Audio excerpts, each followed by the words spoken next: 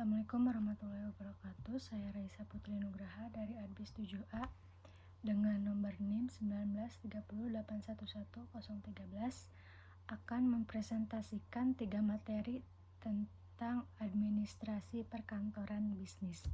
Yang pertama ada ergonomi dan tata ruang. Ergonomi berasal dari kata ergo atau gerak atau kerja dan nomos atau alamiah, yaitu gerakan atau gebrakan yang efektif dan efisien, aman, nyaman, tidak menimbulkan kelelahan dan kecelakaan sesuai kemampuan tubuh, tetapi menciptakan hasil kerja yang lebih optimal menurut Santoso 2004. Kemudian di sini ada manfaat ergonomi. Yang pertama yaitu meningkatkan untuk kerja seperti menambah kecepatan kerja, ketepatan, keselamatan kerja, mengurangi energi serta kelelahan yang berlebihan. Yang kedua ada mengurangi waktu, biaya pelatihan dan pendidikan. Yang ketiga mengoptimalkan pemberdayaan sumber daya manusia melalui peningkatan keterampilan yang diperlukan. Yang keempat meningkatkan kenyamanan pegawai dalam bekerja. Selanjutnya ada aspek-aspek ergonomi. Yang pertama yaitu status gizi, yang kedua sikap kerja, yang ketiga penggunaan tenaga otot, yang keempat kondisi lingkungan kerja fisik, yang kelima kondisi sosial, yang keenam kondisi informasi, yang ketujuh interaksi manusia dan mesin. Selanjutnya materi kedua yaitu komunikasi perkantoran.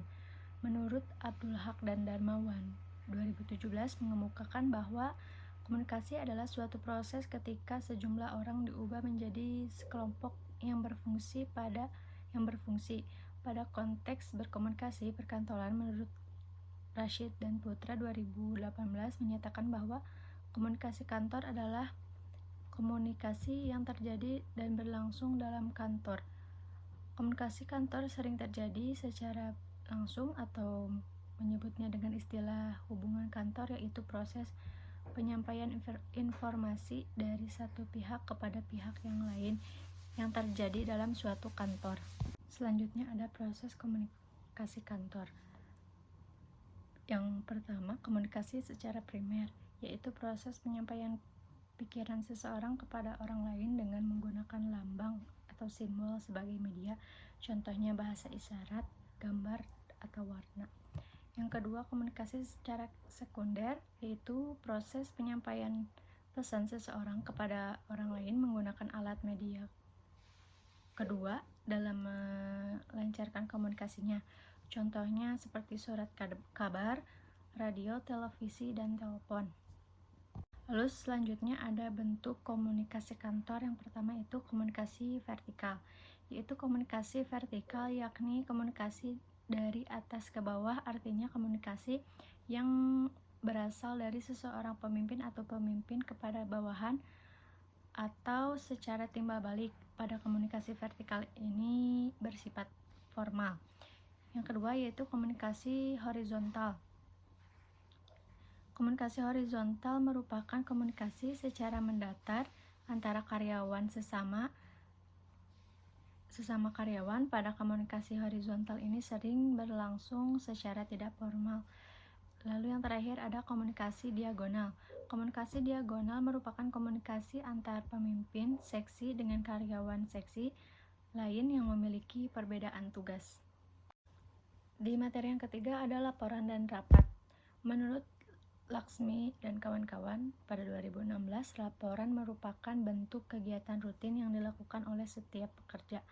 Laporan ini berisi tulisan mengenai perkembangan sistem yang ada di kantor dan sebagai bentuk komunikasi tertulis, serta dianggap sebagai bentuk pengawasan untuk menggambarkan kondisi kantor.